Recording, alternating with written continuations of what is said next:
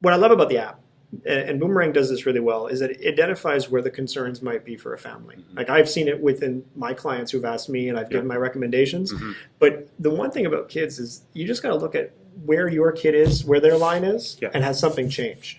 And that's where the app comes into play. You build kind of a baseline, 100%. I've seen this with my kids, right? I mean, perfect. I'll share this with everybody here. Is I get how much time they spend on each of their apps. Yeah. And usually the top 3 are social media related. Right, Snapchat, Instagram, and I'll consider YouTube a social media app. It totally is a social media because app. you can chat on it now and all this Comments, stuff, right? And they get 2 hours a day. That's what I've set for my kids. And when I'm starting to see like an hour and a half on one app, then that's when I go and say, hey, what was so interesting on Snapchat yesterday? Or what was so interesting on Instagram yesterday? It allows me to have a conversation, open up a conversation. And before you know it, the kids are the next day or the next day after that, it drops. It's kind of funny, right? But you get a kind of an idea of what kind of content were they consuming.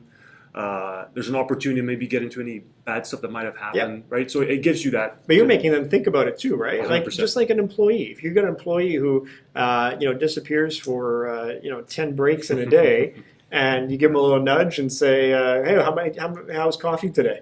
Like, somebody noticed, right? What I think is important to recognize is that when you see your child demonstrating behaviors that are associated to technologies, like if the battery is going low on their phone and they're running around at 3 o'clock in the afternoon during the summer trying to find a charger, or they're concerned about where the phone is, like the misplaced aspect of it. Like it's like, I lost my phone, and like you got to tear apart the house, but they're not slowing themselves down and actually retracing their steps.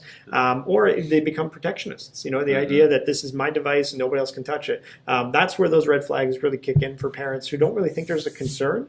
But if you start noticing those behaviors, you should be talking to your kids more actively about the usage of the technology.